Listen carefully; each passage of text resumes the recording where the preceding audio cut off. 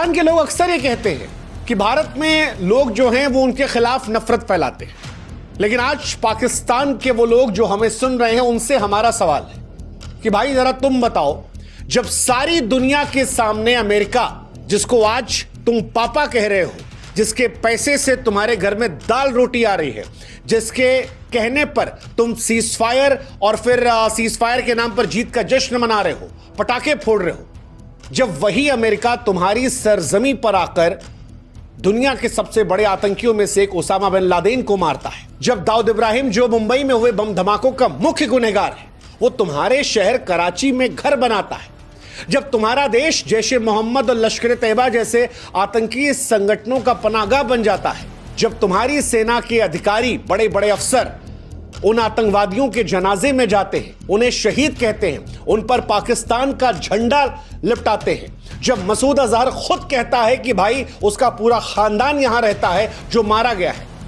तो फिर तुम नफरत का इल्जाम हिंदुस्तान पर कैसे लगा सकते हो? ये तो तुम्हारे अपने पाप है। और अगर गहराई से सोचोगे तो यही वजह है जिसकी वजह से तुम्हारी एक्ट्रेस सबा कमर ने कहा था कि जब दुनिया में हम कहीं जाते हैं तो पाकिस्तानी पासपोर्ट की वजह से शर्मिंदा हो जाते हैं। सबा कमर तो तुम्हारी हीरोइन है, उसका वीडियो देख लेना। उसने खुद कहा था कि भारत के तमाम लोगों के साथ वो घूमने गई थी, भारतीयों का पासपोर्ट देखकर उन्हें जाने दिया गया और उसके बाद सबा कमर को रोक लिया गया, कभी यहां छुआ गया, कभी यहां छुआ गया और उसके बाद चेक कराया गया। वो ह्यूमिलेशन जो सबा कमर जैसी मशहूर एक्ट्रेस जिसने हिंदुस्तान में भी फिल्मों में काम किया है, उसने पाकिस्तान का पासपोर्ट लेकर महसूस किया, तो क्या उसके लिए भी भारतीय जिम्मेदार थे? नहीं साहब, उसके लिए हम जिम्मेदार नहीं थे। उसके लिए आतंकवाद पर आंख मूंदने का तुम्हारा जो रवैया है वो जिम्मेदार था, और उसी वजह से आज तुम्हें आतंकिस्तान कह रहे हैं। डोनाल्ड ट्रंप की मेहरबानियों पर मत जाना। डोनाल्ड ट्रंप ने तुम्हारा साथ इसलिए दिया है क्योंकि उसे चीन से अपना हित साधना है, उसे दुनिया में मसीहा बनना है, सरदार बनकर रहना है, और इसीलिए वो तुम्हें पालेगा, पोसेगा, ताकि जैसे चाइना तुम्हारा इस्तेमाल कर रहा है ऐसे चाइना के सामने वो तुम्हारा इस्तेमाल कर ले। लेकिन क्या ये तुम्हारे ऊपर से आतंकिस्तान के टैग को हटाएगा? नहीं। और ऑपरेशन सिंदूर में वो और स्पष्ट हुआ है, क्योंकि भारत ने जब सटीक कार्रवाई करी तो उसने पाकिस्तान के तमाम आतंकी ठिकानों को नेस्तनाबूद किया। भारत ने पूरी दुनिया के सामने बार बार कहा कि पाकिस्तान और हम में अंतर है। पाकिस्तान हमारे रिहायशी इलाकों पर हमला कर रहा था, सैन्य इलाकों पर हमला कर रहा था, लेकिन हम हमला कर रहे थे टारगेटेड।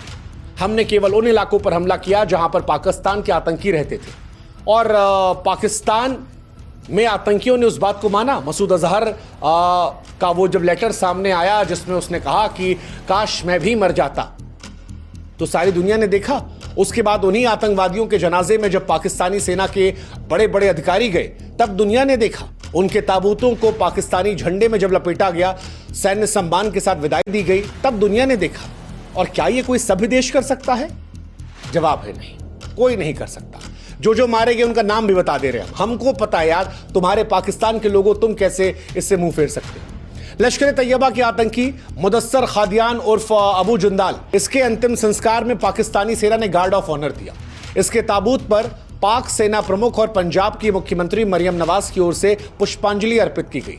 नमाज एक सरकारी स्कूल में पढ़ी गई जिसका नेतृत्व जमात-उद-दावा के आतंकी हाफिज अब्दुल रऊफ ने किया। इस समारोह में पाकिस्तानी सेना के लेफ्टिनेंट जनरल और पंजाब पुलिस के आईजी थे। इसी तरह जैश ए मोहम्मद के आतंकी हाफिज मोहम्मद जमील और मोहम्मद यूसुफ अजहर के जनाजे में पाकिस्तानी सेना और प्रशासन के बड़े बड़े लोग शामिल थे। खालिद और मोहम्मद हसन जैसे आतंकियों के अंतिम संस्कार में सेना की मौजूदगी दुनिया को बता रही थी कि पाकिस्तान की सेना और आतंकवादियों में बहुत फर्क नहीं है।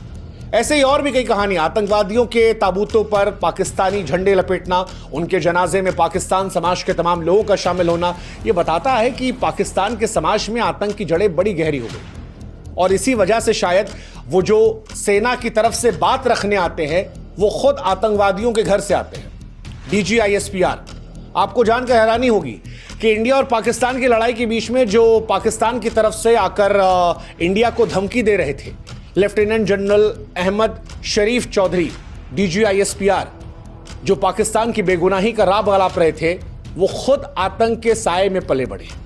इनके पिताजी सुल्तान बशीरुद्दीन महमूद, उन्हें यूएन ने वैश्विक आतंकवादी घोषित किया था। महमूद ने 1999 में उम्मा तामीर-ए-9 यूटीएन नाम का एक आतंकी संगठन बनाया था और ओसामा बिन लादेन को परमाणु हथियारों की जानकारी थी।